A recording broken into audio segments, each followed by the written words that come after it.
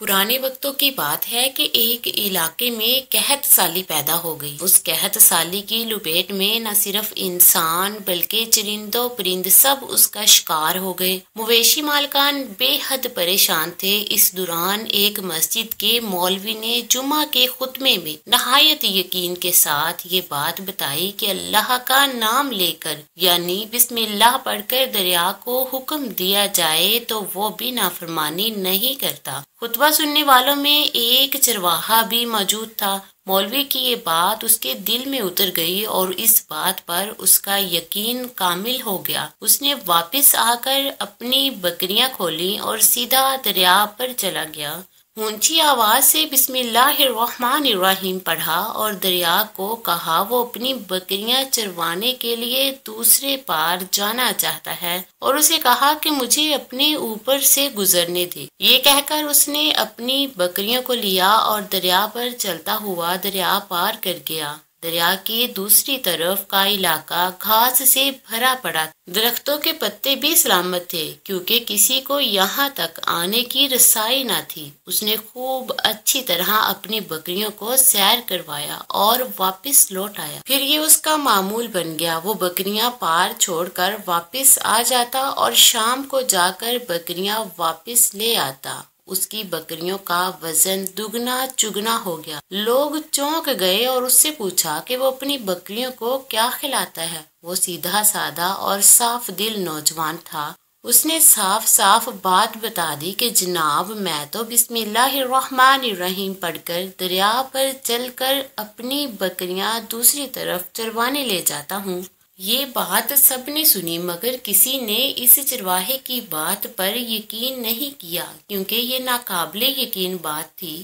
مگر بات ہوتے ہوتے مولوی صاحب کے پاس پہنچ گئی۔ مولوی صاحب نے اس چرواہے کو بلایا اور سارا ماجرا پوچھا۔ اس چرواہے نے مولوی صاحب کو ہی حوالہ بنا لیا کہ مولوی صاحب میں نے تو آپ کا شکریہ ادا کرنے والا تھا۔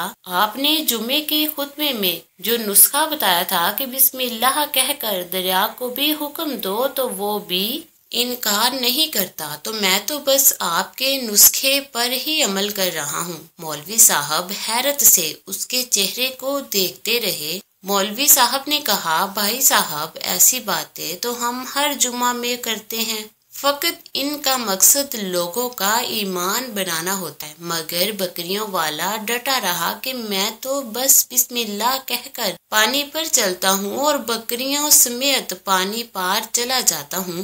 آخر کار مولوی صاحب نے صبح خود یہ تجربہ کرنے کی ٹھانی، جسے دیکھنے چرواہے سمیت پورا علاقہ بھی آ گیا۔ مجمع زیادہ تھا۔ مولوی صاحب نے ایک دو بار سوچا کہ انکار کر دوں کہ کہیں ڈوب نہ جاؤں، مگر وہ جو مولوی صاحب کے کندھے پر اٹھا کر لائے تھے اب بھی جوش و خروش سے اللہ اکبر کے نعرے لگا رہے تھے اور مولوی صاحب کے حق میں تعریفیں کر رہے تھے۔ آخر کار مولوی صاحب نے اپنے ڈر کو دور کرنے کے لیے ایک رسا منگوایا۔ پہلے اسے ایک درخت کے ساتھ باندھا، پھر اپنے کمر کے ساتھ باندھا، پھر ڈرتے ڈرتے ڈھیلا ڈھالا بسم اللہ پڑھا اور دریا پر چلنا شروع ہو گئے، مگر پہلا پاؤں ہی رکھا تھا کہ پانی میں گر گئے۔ مولوی صاحب نے ڈبکیاں کھانے لگے اور پانی کے بہاؤ میں بہنا شروع ہو گئے۔